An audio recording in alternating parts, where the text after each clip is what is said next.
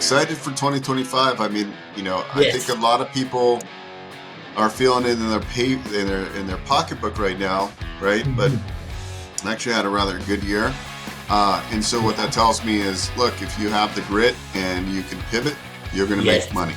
What we try to bring every week, the new news and everything, and in our forte, what I do with multifamily, with senior livings, with hospitality, like that. Brother Bo is in franchising, into loans. I mean, he's one individual who has so many connections. He can creatively finance any deal, because he's got so many contacts and everything, and banks and all, and SBA. He's the professional in that, and SA loans and 504 loans, all those, right? Bo.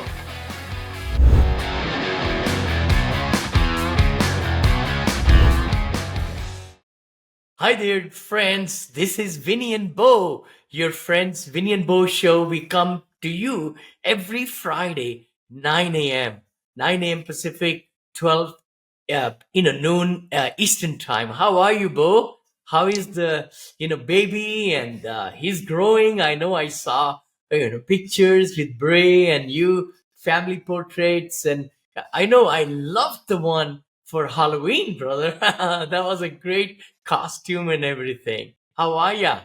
We're doing well. It's actually it's Brisa's birthday today. So, Oh, happy birthday! Happy yeah, birthday! we're gonna go to sushi. We have this restaurant that does sushi and Thai food. Is really good in here in Las Vegas.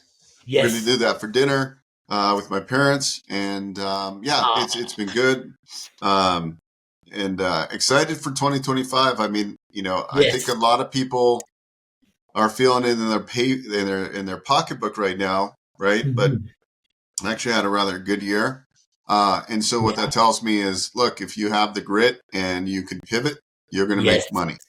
So that's So and today we're going to dive into some news that I've pulled, and some articles you pulled, and just kind of talk sure. about what's going on. So I'll start.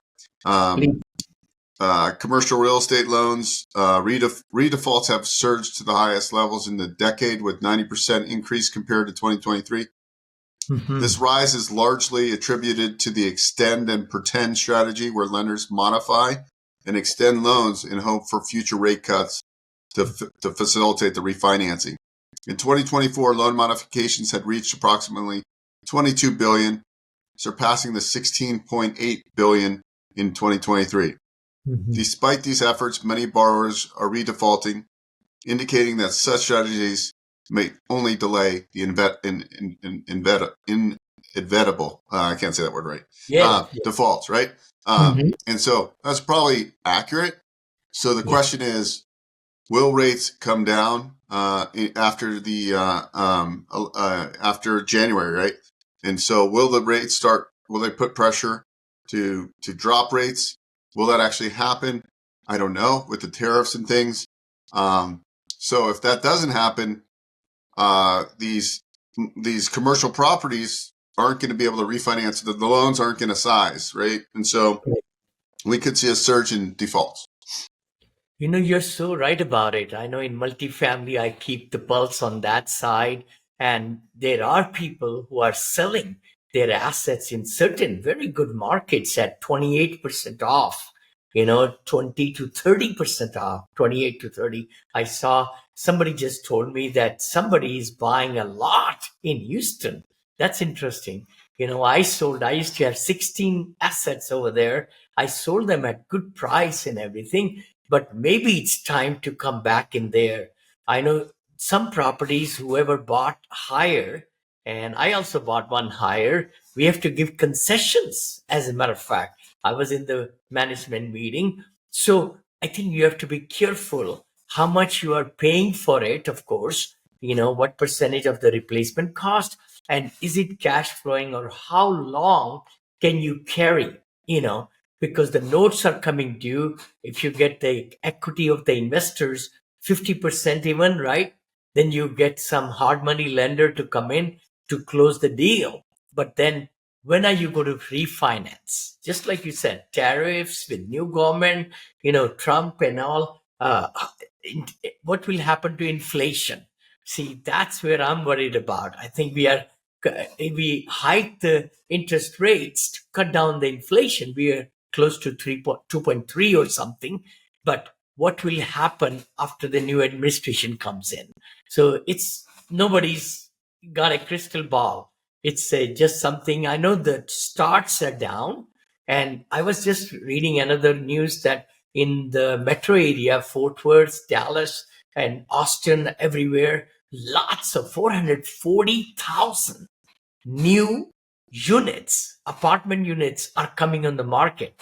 That's ridiculous. I mean, this they got started earlier and now they're finishing up. So there'll be glut of that also, which is going to hurt us. Those people who are buying these multifamilies, older ones, and the new product comes, guess what? If they're going to get the same rent as the older properties, where will the residents go? Residents are going to be flocking those new apartments because they want nicer amenities and everything. Anyway, so it's a big turmoil right now, and then, of course, I'm into hospitality also, hotels. I find, we are opening up a hotel next year over there in the peninsula, Florida Panhandle, and looking at building some hotels at the very sought after locations near airports and so forth. There is two hotels we are trying to negotiate in north side. I can't say the location of Dallas and everything, and looking at some other avenues, and so on. And senior living, which is, again, senior living is not affected by economy, but at the same token, you got to buy it right. You just cannot just dig into it because operations takes a lot of time. Occupancy of bringing seniors into which I'm finding myself, in Arizona and Scottsdale, it's a curve. You got to get to know the placement agents, and they came this week. By the way, we had open house at the 10-bedroom, 9.5 bathroom. They loved it. Everything, they loved it. They said in this Paradise Valley, to our community manager, this is one of the nicest REL. Go ahead, please. Did you bring in the different placement managers to come walk the property? Okay. I think they were 22 of them came, and we gave them full tour of our residential assisted living, location. They loved the location. It's a magic zip code in Paradise Valley. I understand, near to hospital and all. They said we shall have no problem filling your REL. Yeah, I've been thinking there's some franchises that have their business model is senior placement. I like that business model because no brick and mortar location. It's already what I do. Yes. I like the space, and I think I'd be good at it. And we should do it together. Oh my gosh, I have to pay them 1 month rent. That's the common, so 5,000 every senior. These placement agents place. There are lots of them. Some of them in Phoenix and Arizona, and I love them all. I mean, they are really nice ladies and men. They are very passionate about working with the doctors, rehab centers, hospitals, and all, and they've built a good reputation. So when they bring the seniors and their children to tour, they want to give them to the best of the best locations, so that's what I'm finding. And then you pay them, I think, 1 month rent. Home for mom, or place for mom. Place for mom charges 125% of the rent, I found out. So they don't take 1%. They say we want, 100%. They take 125%. But we have. Go ahead, please. No, I think it's interesting business model. Like I see the opportunity, and I could hire people to work for me, right? That do the placing. Totally. I would learn the business though, because the only way to do, but there's some good franchise models out there that are in this space that intrigue me because it's a low startup cost, and I think it's really just it's a numbers game. I'll getting be good at it, impressed and then to getting. partner with you, brother. And if we do it in Phoenix area, because I want to buy more RALs. So, let's chat I would about have it. to do it here because I'm here. If that's the Oh, problem. Las Vegas. And guess what?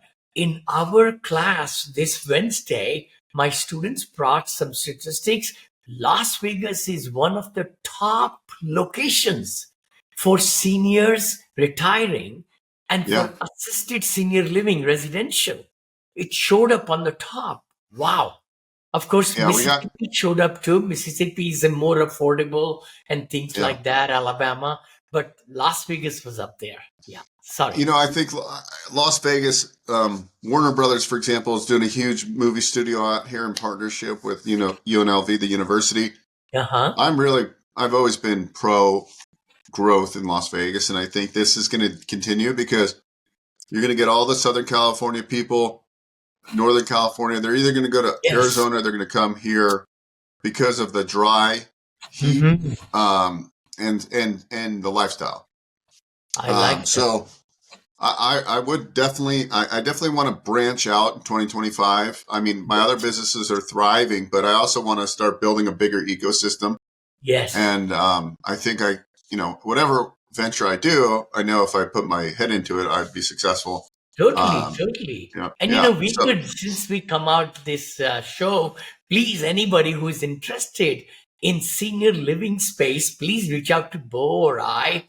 And if you are in Las Vegas, we would love to get to know you and see if we can, do some partnerships or, do syndications and raising money and all that stuff.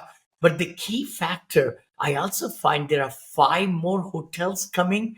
My very good friend, who's a billionaire over there in Las Vegas, he shared with me that even foreign, money is coming from India and other places, Dubai and all, to build these hotels, and it's going to be a very big coalition of a lot of great people. So I think Las Vegas is on a growth pattern again. I mean, it has been growing, but I'll do some more research today, and let's talk, brother. Oh, I like that. Yes. all right, here's another update here.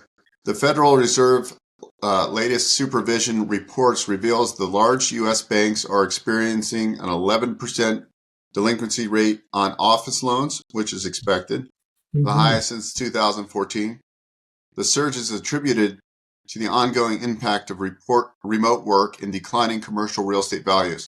While the banking sector remains broadly stable, with over 99% of institutions considered well capitalized, the rising defaults in commercial real estate, particularly in office, are concerning. Regional and community banks, which hold a higher portion of commercial real estate loans, are also showing increased delinquency rate, Hmm. indicating potential challenges. We already knew this, we've talked about it, but Yeah. just Yeah. reinforcing that. Now, here's the interesting part. Real estate market trends. In October, existing home sales in the U.S. rose by 3.4% to an annual rate of 3.96 million, making the first year-over-year increases since July 2021. The Wow. uptick was driven by a temporary decline in mortgage rates, which encouraged buyers to re-enter the market. Hmm. However, sales remain below pre-pandemic levels, and rising mortgage rates continue to change affordability. Hmm. Barbara Corcoran highlighted that a significant drop in mortgage rate could stimulate the market. Of course it will, right? So the question is, in 2025, will we see, will we break the 6% barrier? I think if we get rates in the high fives, we'll be Yes. back into I so, think there is so yeah. much dry powder. There are so many people who would like to jump back in. It's the interest rate. Affordability is based on, interest rates and all. So you're so right. Yeah. And there are a The, lot more product too. One of my a friend told me KB Homes have how many? 24,000 homes or 240,000 homes. I apologize. I mean, I should have written it down that they have inventory, that they are, pushing it right to the first time home buyer, and they're giving 3%. Please don't quote me, but check out, do your research. KB Homes in good markets are giving lower interest rate, buying down interest rate to 3%, 3.25 or something. So In Las Vegas, the housing market continues to show resilience. October saw the condo and townhome market segment reached an all-time high of 300,000, 299,500 for Wow. condos and townhomes here in Las Vegas, an Aha. increase of nearly 11% from the previous year. Single-family homes prices approached record levels as well, indicating that we have strong, as we were saying, strong demand here in Las Vegas. Yes. So very interesting. Then I did pull a little bit of franchise data Hmm. because franchise brings in 750 billion plus into the GDP, annually now, give or take. 2025 is expected to see positive growth with moderate increase in franchise leads and continue to trend towards strong interest in franchising. We're definitely seeing that. More and more people want to own their own business. Yeah. Franchising is a natural path because it's like a business in a box where you get the blueprint, right? Because some people coming from corporate have never run a business, don't know how to do books, don't know marketing. Um, there's steady growth. Most analysts predict a moderate increase in franchise development by about 3 to 5%. Mm. Marketing focus, franchise companies should prioritize robust marketing strategies. They're doing that. Positive economic factors. The prime rate has dropped down from 8.5 down to 7.75. I Yep. think we'll see by the predictions are by March of 2025, the rates to be in the high sixes, Yes. 6.72 for Mhm. SBA, for the 7A loan Oh, for the wow. prime rate. So a Uh-huh. lot of people were struggling because they were at Wall Street Journal Prime plus a margin. They were 11 and a quarter. Now they're starting to come down. So it's going to ease a lot of the stress on some of these businesses that have the SBA 7A financing, which was Hmm. tied to Wall Street Prime. So that's all positive. We're going to Yep. continue to see business acquisitions. We're going to see, I think we'll continue to see like large acquisitions. We just saw in the news that Blackstone just bought Jersey Mike Subs for $8 billion. What? $8 billion. They bought Oh so my God. Blackstone now is getting so you're going to see more private equity come into business ownership. So they bought to 2,500. They bought the whole business for $8 billion. So that was Wow, wow. My yeah, friend actually owned eight of them in North Carolina. Can you believe it? I yeah. mean, I think he made a lot of money then. That's awesome. Beautiful, beautiful. But see, the thing is, what we try to bring every week, the new news and everything, and in our forte, what I do with multifamily, with senior livings, with hospitality, like that. Brother Bo is in franchising, into loans. I mean, he's one individual who has so many connections. He can creatively finance any deal, because he's got so many contacts and everything, and banks and all, and SBA. He's the professional in that, and SA loans and 504 loans, all those, right? Bo. So I'm really, really happy that you this data is amazing. And you also mentioned about GoBundance. So, I know I was in GoBundance also. Tell us a little bit more. Like, this is a group of individuals who really meet in different smaller groups. They've become very big now. Pat is a great friend of mine, and of course, other partners, Tim is also, yeah, founders, Yeah, right? so yeah, when I first started with them, they had 150. Now they have 900, and then they started Oh, a ladies division. So today ah, we had a co-ed meeting, and it was they have what they call micro tribes. So they have one on podcasting, they have one on personal brand, they have it on yes. short-term rentals, they have on multifamily syndication. So Aha. I was in the brand building one today, and it's Yes. co-ed. So it was mostly women, and then maybe two or three guys. I was one of them. Yeah. But it was a Good. great Good. group of entrepreneurs, some syndicators, um, some like private equity, and then one lady that does she teaches people how to own and operate short-term rentals. Oh, wow. So Hmm. a good group, and it's just really about building your personal brand because we all know the more you build your brand, more business comes to you as it being a Sure. key person of influence. So I like to do that. I call it, marketing. Well, I didn't coin the name, but you want to market one to many, and you want people to come to you Yes. instead of you chasing them. And that's the way I've So positioned true. my business. So So yeah, true. So true. I wanted to mention, as you said, personal branding. I really admire my good friends, Rory Vaden and AJ Vaden. They are great friends of mine. I've known them for 25 years, by the way. Wow, even longer.